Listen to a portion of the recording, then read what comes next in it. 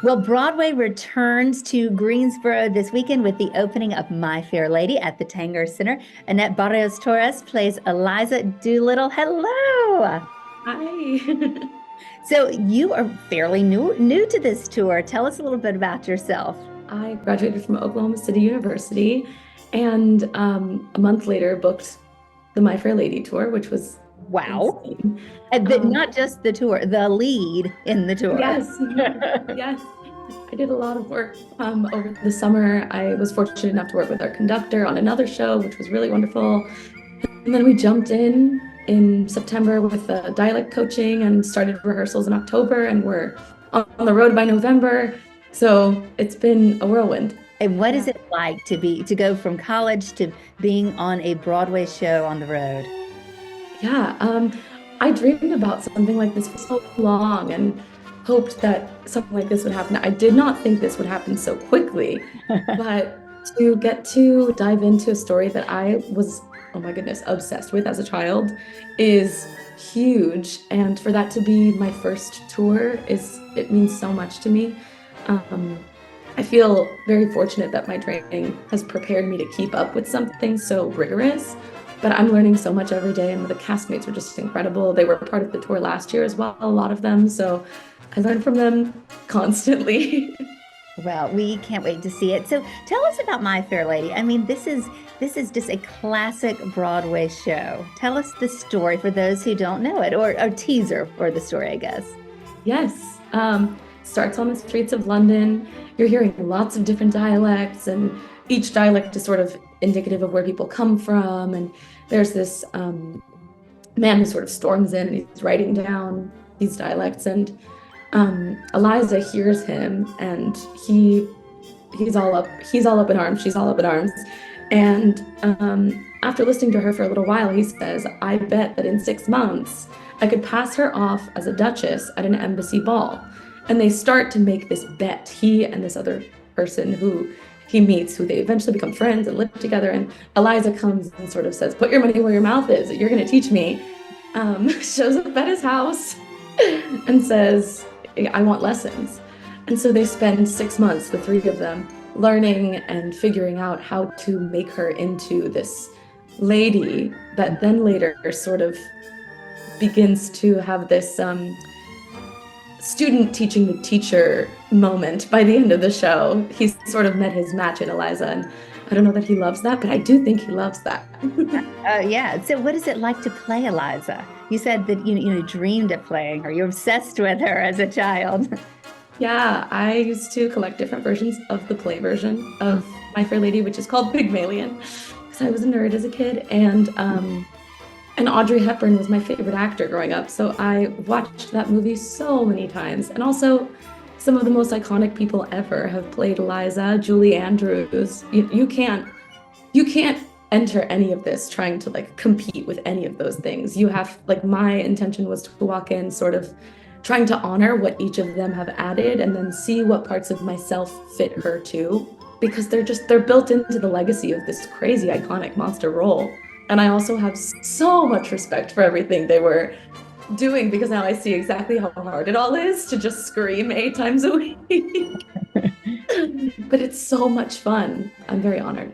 I bet. Well, and talk about bringing yourself to this, about your background and how you can bring a little of your background and where you grew up and your experiences to this iconic role. Oh my gosh, yeah. I think a lot of my sort of clumsiness and humor comes through, especially at the beginning, before she's like a real lady. You have a lot of freedoms. And in looking at the text and getting to rework this new Lincoln Center version of the show, you see how funny all of these things are. I mean, if you watch the film or you've seen the show before, I think we get caught in, oh, he's so mean to her. He degrades her because he calls her all these names. But actually, it's the only way he knows how to function. And her response to that, instead of getting all frustrated and storming out, is, "I'm going to work harder because I have to get this right." So you know what it is like that to impress somebody, to work hard for something, to want something, to maybe become somebody else. That's what an actor does. Oh my gosh, yeah. And I very recently was talking to Latin Women's Magazine about the difference or sort of the similarities between like Eliza's deciding to change her dialect to fit in, and so many, immigrants and immigrant families that have adjusted their dialect, their idiolect, however they express themselves in order to blend in order to be accepted, in order to be a valuable member of society, in whatever society that means. But I was kind of flabbergasted at how similar that idea was, is we just all want to feel like we have a home, we belong somewhere, and people want us to be around. It's such a human message, It is a human message, and it transcends age. It transcends all different experiences, all different backgrounds, all different classes and income levels, I guess I should say. And I mean, everybody has that longing to fit in, to belong. What is it like to play Eliza in front of an audience? What are you getting from them since you've actually been on the road and been in front of audiences just for the past couple of months? Yeah, I feel like I have the sweetest deal for sure, because the show begins with this beautiful overture, which I relish every single night getting to listen to that orchestra. And towards the end of the overture, I walk on stage, I walk across the stage and then downstage, and there's nothing going on except me walking. And it's sort of before we snap into the story. And so I get to take in the theater and I get to take in the people. Sometimes people are still talking a little bit, or there's this like buzz of like, what's going to happen tonight? It makes me want to cry. It's just a very special moment where I can just be like a person with lots of people. And then the second those chime, gong, as soon as those things happen, then, the Cathedral of St. Paul's comes down and the columns come down and sort of the world is built instantly and I snap into Eliza sort of thing.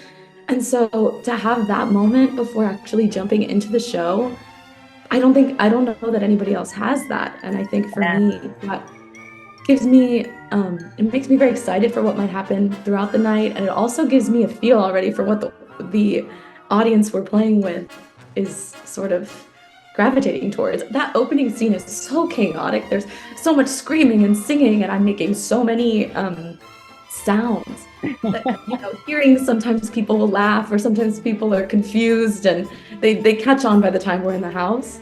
But I think some people walk in and forget they know this story and they know all the songs because, Frank Sinatra, Dean Martin, they've all recorded these songs for years and years. If you think of like, I've grown accustomed to her face and Danced All Night and all of these, like, it's a familiar thing that's nostalgic. That's my favorite part. So have you been to North Carolina before? Have you been to Greensboro?